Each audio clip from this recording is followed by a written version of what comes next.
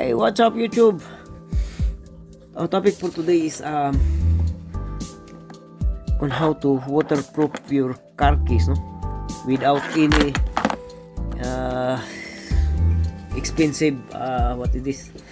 Expensive amount on waterproofing. You have only like maybe €2 €2 or €5 to waterproof your car keys. Okay? So pagka maulan kasi lalo na ngayon maulan at saka sometimes pag labas nyo galing sa trabaho o whatever, gikan kayo ng shopping o whatever, so may mga bagay na hindi natin maiwasan pagka maulan, and then of course susian natin yung ilabas natin yung car key natin para ma-open yung sasakyan manually, or sometimes yung mga ibang model na the remote control like this one here, it is controlled by remote as well. It has a sensor on the system that will lock and unlock the thing, but still it is still exposed to rain or tiny droplets of rain or water, especially when you like mabitawan ninyo yung susi and then mahulog sa tubig, and then accidentally it will fall down to the puddle of water, and then siyempre mayroong ECU dito sa key, mayroong chip dito sa key, and then kung mabasa hindi na siya mag-work. So may mga simpleng paraan tayo na gagawin on how to waterproofing your key, like very simple things. The very least naisipan ko to dahil ito nawala na kasi yung logo niya, so very open siya na napasukan siya ng tubig dito, or accidentally water will get in here because it's open, and there is inside here is like a motherboard, a small motherboard that consisting of electronics or whatever in here that will trigger to unlock and lock the door mechanism, no? So we're gonna be waterproofing this thing like this one here, broken, and it has a hole as you can see, and it is exposed to water droplets or whatever. So today we're gonna be we only need candle, and then a certain lighter. So what we're gonna do now is we're gonna light up the candle like so, lighting up the candle, and we're gonna wait for a few seconds for the candle na mag-bleed, like yung kanyang pinaka candle niya is mag-bleed, yung pinaka duga niya or whatever, katas niya sa kandila, ida-drop natin dito sa may butas. Okay, so watch out, we gonna drop it down here like this is the candle now, as you can see. Okay, and then we're gonna wait for a few minutes to the liquidized candle itself, or the wax of the candle will sink inside. And of course this is not the wax of the candle, it cannot be like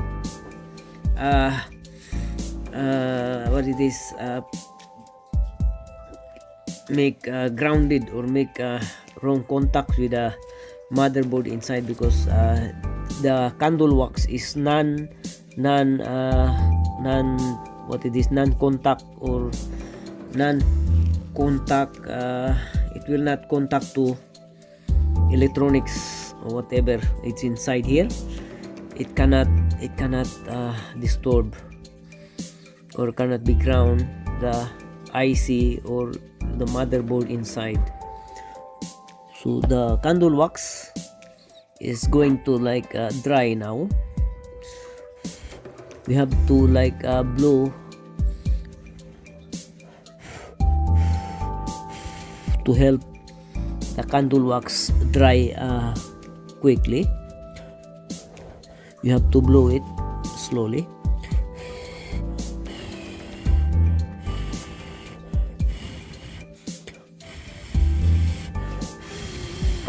As you can see, the candle wax is hardening, and then we're gonna wait until it get hard, and then once it get hard, we're gonna have to wipe out the excess candle wax in here, so it will not like look like bulky, no? So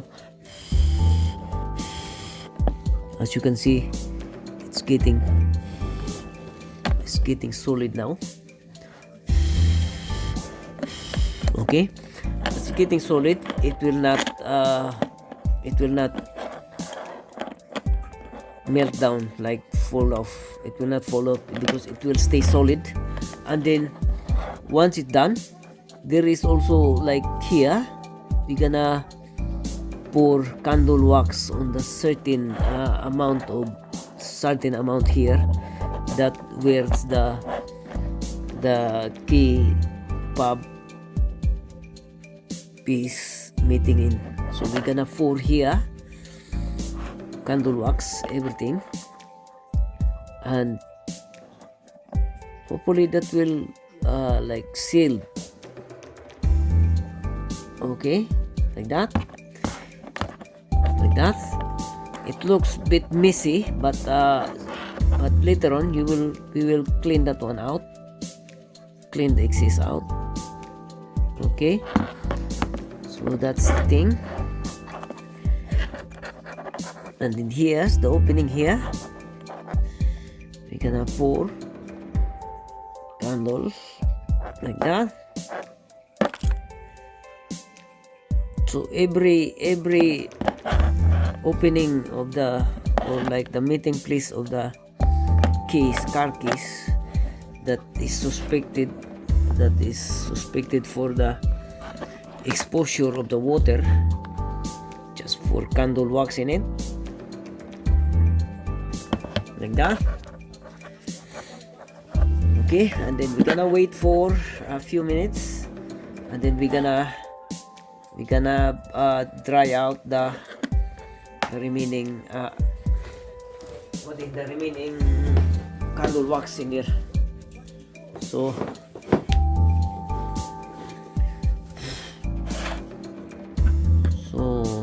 now, okay, it looks messy this time. I already applied from here. As you can see, it's getting harder now. See that? So it's hard now to remove. So once you have that sorted, you're gonna get a piece of cloth or a tissue paper to wipe out the candle wax that we put in excess.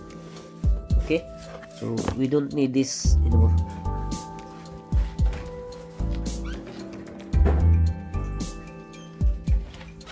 We're gonna get tissue paper.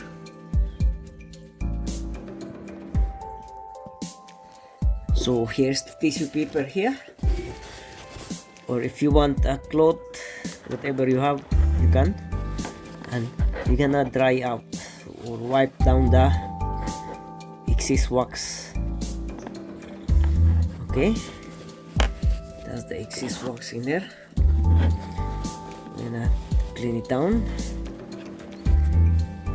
It's kind of messy at this moment because candle wax is everywhere, but see, as you can see, it's getting sealed.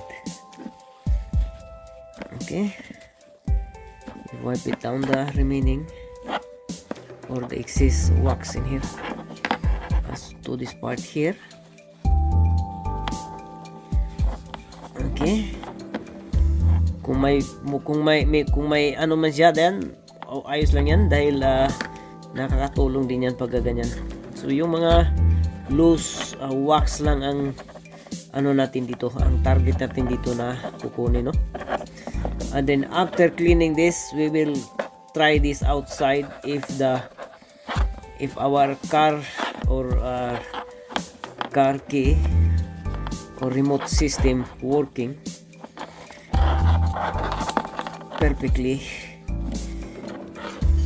Okay, after we doing some like what is this, waterproofing.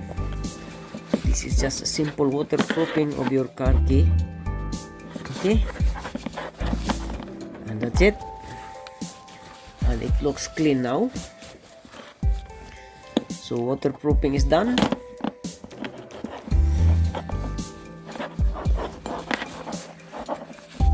Okay, and here we're gonna just clean here.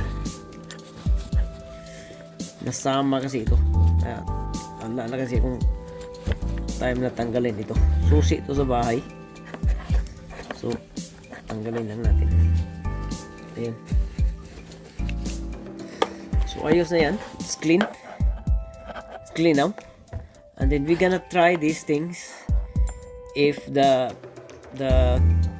car key or the remote will still work after the waterproofing, no, that is being done. Okay, so we're gonna go outside and try this trick. Okay, we're gonna turn this off.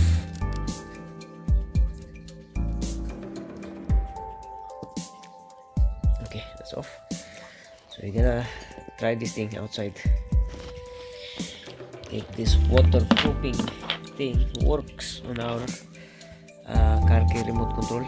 So this is the remote control of our van, and we're gonna try if it is work. So we're gonna open. Let's open. It's working, as you can see, and it's closed, working. Okay, so that's how you sealed up your key or waterproofing the key. Thank you.